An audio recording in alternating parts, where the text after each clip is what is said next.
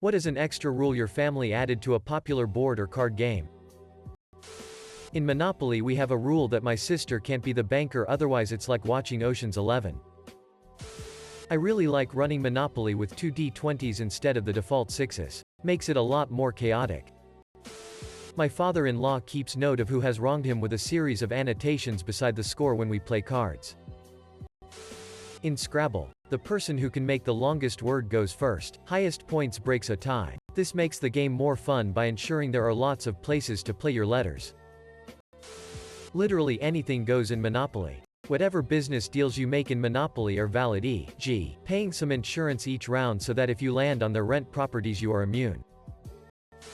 My grandmother was deaf-mute, so when we played Uno, instead of saying, "Uno," we knocked on the table quickly twice. Taboo. You can play 3-player. Cutthroat. Taboo. The rules don't really change but the scoring does. There's a ref watching for taboo words. Guesser. Can't see the card. And talker. Can see the card. The guesser and talker will get 1 point each for each successful guessed word. Taboo words are scored 1 point to the ref. At the end of the round, roles rotate like normal. Clockwise. After everyone has 2 turns. Talking. Rotate the other way. Counterclockwise. This lets everyone get a turn guessing and talking with each person. I prefer this way because you don't get stuck on a winning or losing team. Everyone plays with everyone, and there's never a 4th person out. Late to the party here, but in Monopoly we allow the utilities to collect 5% of any player-to-player transaction over $200. It helps keep the utilities relevant and desirable. We had a variation on Risk where everyone write down their moves and attacks, and all the moves and attacks were carried out simultaneously. First the troops were relocated, only able to move 1 country, then attacks rolled. Once again, you could only attack a neighboring country, and if you won, you could occupy it, but you could not keep pressing the attack until the next turn. If 2 or more countries were attacking each other, they all rolled the max number of dice. Ties were then re-rolled. Edit. Apparently we copied a game called Diplomacy without knowing. I will check it out. Thanks for the comments who brought this to my attention. In every coop game, Pandemic, Castle Panic, whatever, there is usually someone who tries to tell everyone what to do. I can accidentally be this person, so I implemented the right-hand man rule. If the person whose turn it is want advice, if they can only get it from the person on their right, nobody else can say anything. Makes things way more enjoyable. Rule for my kids with all board games. Winner cleans up. Loser or lowest score picks next game. Tantrums. Rage quitting gets you banned from the next game session altogether. Thank you for the award, kind Redditor. One rule used for many board games. If someone takes too long with his/her move, anyone can fetch the 3-min hourglass from the shelf and set it on the table. Once the time runs out, the move is over, regardless of. Another rule for Scrabble. Any word is valid if you can find it in any book in our library within 3 minutes. The mugging rule. In Monopoly, if I land on a space that you are currently occupying, I can choose to mug you. We take turns rolling the dice. If I roll higher, I steal $100. If you roll higher, I go to jail. Edit. Yes, it can help in endgame. Also, I feel like a lot of you are overestimating how often you land on another player's piece, and even then you still have to roll lower. It's almost as if this game is not very realistic. In Trivial Pursuit, we have a rule. If the player being asked doesn't know the answer, they can ask the room. The room doesn't actually answer, but they say whether they know the answer or not. If nobody knows the answer, it's considered an invalid question, and another card gets drawn instead. If someone in the room does know, but the player being asked doesn't, then it's just a plain old pass. My dad knows a lot of stuff. I mean, a lot. When he was a kid he read the Encyclopedia Britannica for fun. Basically, the rule was born from, if even dad doesn't know the answer, then nobody does, and it's a terrible question. In the game of life we would put the white car on top of the middle building of the 3 white buildings together. The first person who got there got to take the white car, and it was worth $1. At the end of the game. At the end of Scrabble you make up a story with all the words on the board. We never looked at the tiles for scores. We just played to get the best words on the board. We used multiple risk boards so that you could rule a couple of planets, and nuclear bombs. I love democracy. Nukes and Risk. If you roll 3 6s when attacking, you defeat every army on the territory you're attacking into. If you roll 3 1s, you nuke yourself and lose every army in the territory you're attacking from. If you say sorry while playing Uno, you pick up 2 cards. Slap that +4 down with authority. Also, if you have exactly the same card as the one that has just been played, You can jump in and play your duplicate regardless of if it's your turn or not. We have a deck of Monty Python playing cards, which includes, in addition to the normal 52, the 4.5 of spades and the 15 of hearts. Rather than just using them as jokers, we add them to every game we play. Dad can't be the banker in Monopoly anymore. He just can't. In Uno we draw cards until we can throw one down. No limits. We have had to buy a second deck because of this. We also possibly lost friendships over it too. Glass Teeth 01 cannot shuffle or deal the deck. Any card game. Risk. Each player has to choose their military theme music to play on their move. E.g. German military marches, Red Army chorus, ominous movie music, etc. All moves must end with the attacker saying, "These concludes my territorial demands," as if you were a warlord facing a cowering princeling. In Catan, when you roll a 7 or play a knight, you have to move the robber. But you can move it back to the desert and claim any resource you want from the bank. Every time Dad farted, everybody else got $100. Monopoly. Small compensation for the nasal assault. Love Dad, but Jesus, he smells like something crawled up his ass and died. First person to suggest we play Monopoly is no longer invited to family gatherings. My flatmates and I had double points if you can use it as a funny word for genitals in a sentence. In Scrabble rule, flaps, minge, twat, boobas, tinkle, etc. Phase 10. After a person has laid down. If their set has any wilds, other members are allowed to take the wilds as long as they provide the card the wild was representing. You're only allowed to do this if you can lay down in the same turn. If you yell at all in Monopoly, you give half your money to the bank for yelling tax.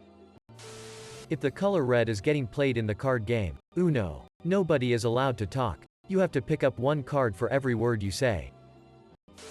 Stacking plus fas in Uno is valid, and I do not care what Hasbro has to say about it. Also, we had a habit of sharpie-ing rules onto existing cards. We went through a lot of decks. Edit. Ubisoft's Uno is revisionist history, and I refuse to forget the fights that were started over this edition.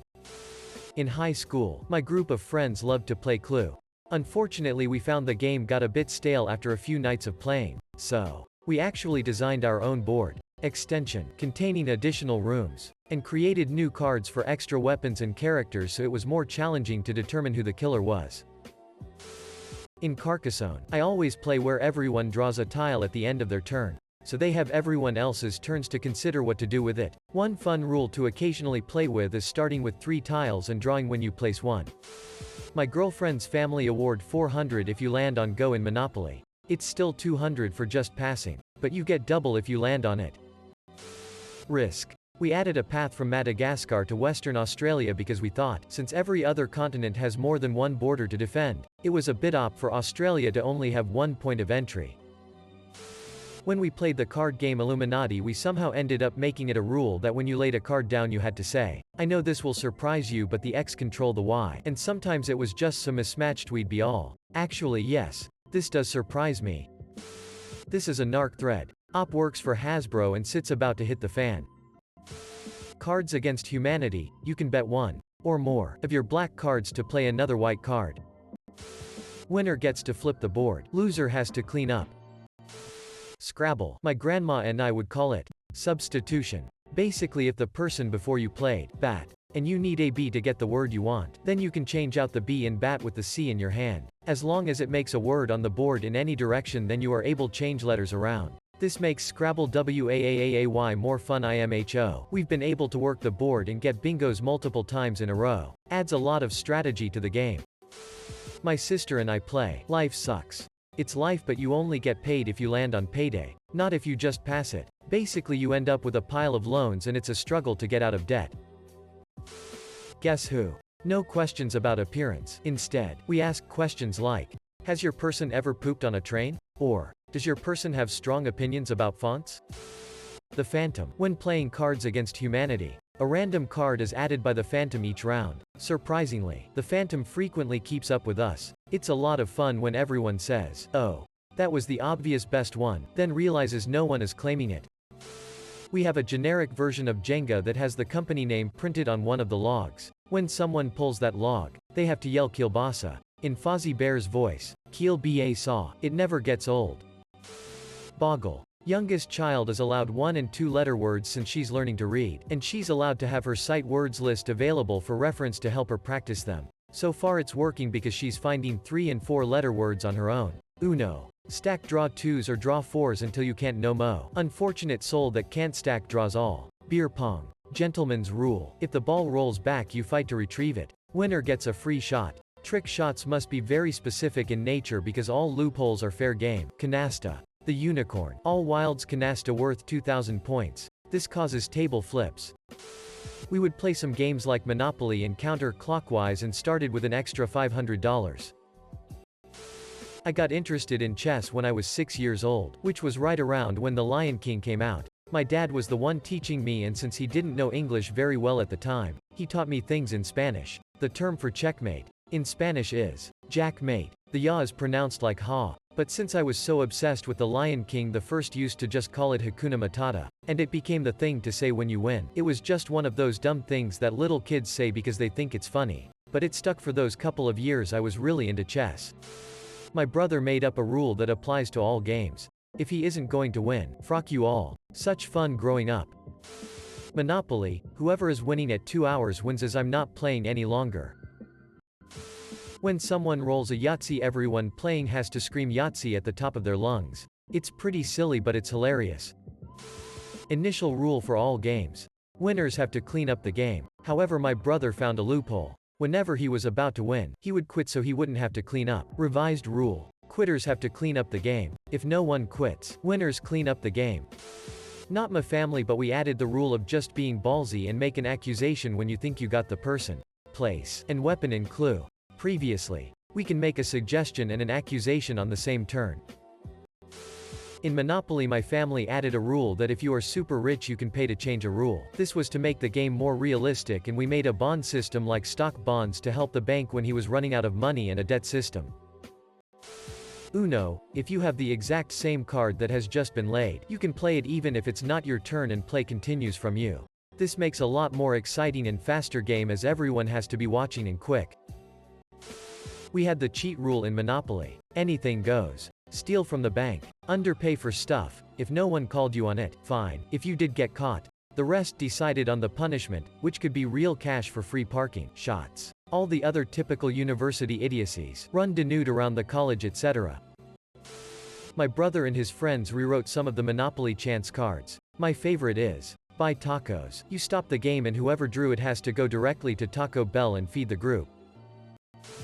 We have so many. In Monopoly alone we have a bunch. You cannot play as the boot. That figurine sits on the go to jail square and physically boots you into jail. All players have to sing ABBA's Take a Chance on Me until you lift your chance card and have to chant Community Chest for that one.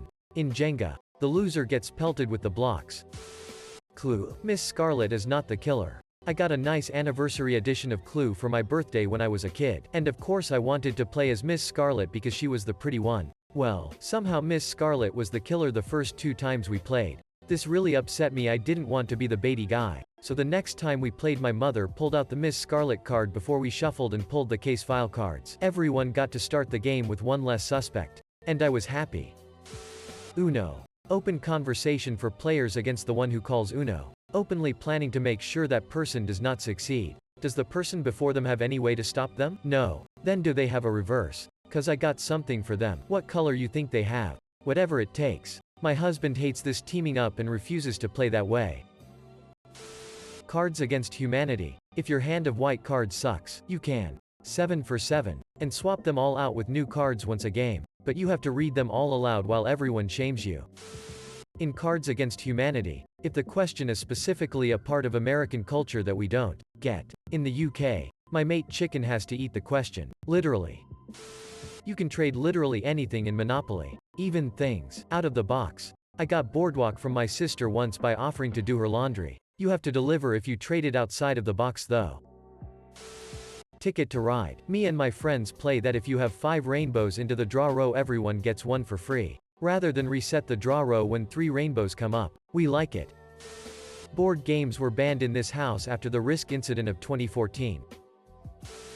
In Gin Rummy, a black 2 can be any card. We always put money in the middle of the board while playing Monopoly, and the person who landed on free parking got to collect it. During holiday get-togethers where no one is driving home, we play Uno, but you have to have a drink for every card you draw. It gets rough. In Presidents and as Holes, my flat has a rule where when someone plays a 2, the highest card and often an auto win, the next person can loop around and play a 3 on top, then the next person can play a 4 and so on. This rule has added a lot of depth to the game where baiting out the 3s before playing any 2s has become a prevalent strategy. 3s and 4s are also no longer trash cards to discard as quick as possible. Instead, we've started giving away the 5s and 6s to the as holes instead of the 3s because of their situational power. I don't know if this counts, but we always played Monopoly by dealing out all the properties at the beginning of the game. It's a more realistic reflection of the point, I think. Settlers of Catan, you play to 11 points instead of 10. You wouldn't think it would have as big of an impact as it does. Most games everyone is on the 8 to 9 point range and it's a brawl to 11. Any game. The winner gets to sign their name and date on the game board or inside the box. It's really fun to look back at all the times you have played with friends. Sometimes people add extra notes about what went down too. My friend gaming group had to make a rule for when we played Munchkin. Maximum of 2 peripheral items with a bonus per game. This was because, like many groups do, we had that one guy who decked himself out in peripherals that started to give him an unfair advantage. We also had to start shuffling decks periodically because he would count cards, and had memorized most of the deck's contents. Risk. We added traveling over oceans. Basically you can buy boats and send them to a special ocean tile. There are several for each ocean and they have access to some places that would otherwise be too difficult to get to. Australia OFC. It also allows sea battles, which is very cool. In Settlers of Catan, we made the 2 and the 12 a pair, so that if one rolls, players can collect resources on both numbers. We also play that the robber can't steal from a player until he or she has at least 3 points showing on the board. Both rules just speed the game up a bit. In Cribbage, if you miscount your hand's points, the opponent has a chance to steal them. Edit. Glad to see all the fellow Cribbage players. I've just played casually with extended family. I had no idea this was an actual rule. Thanks. I would like you all to head over to our board games and stop playing Monopoly. No one's allowed to go near the bank in Monopoly without everyone else watching them slowly take out money. There are 2 people in my family. Must wear pants. Only really affected Twister negatively. In Stratego, we agreed sergeants can swim. Super hilarious, and also introduced extra strategy as our meta had evolved into defending fake flags in the back and placing the real one behind the water sometimes. Before we start Monopoly, we make up our own community chest and chance cards on index cards, usually based on things in our lives. It's hilarious to get KDPs drunkenly in your bed, lose a turn while you clean the sheets, or you get abducted by aliens, lose $100.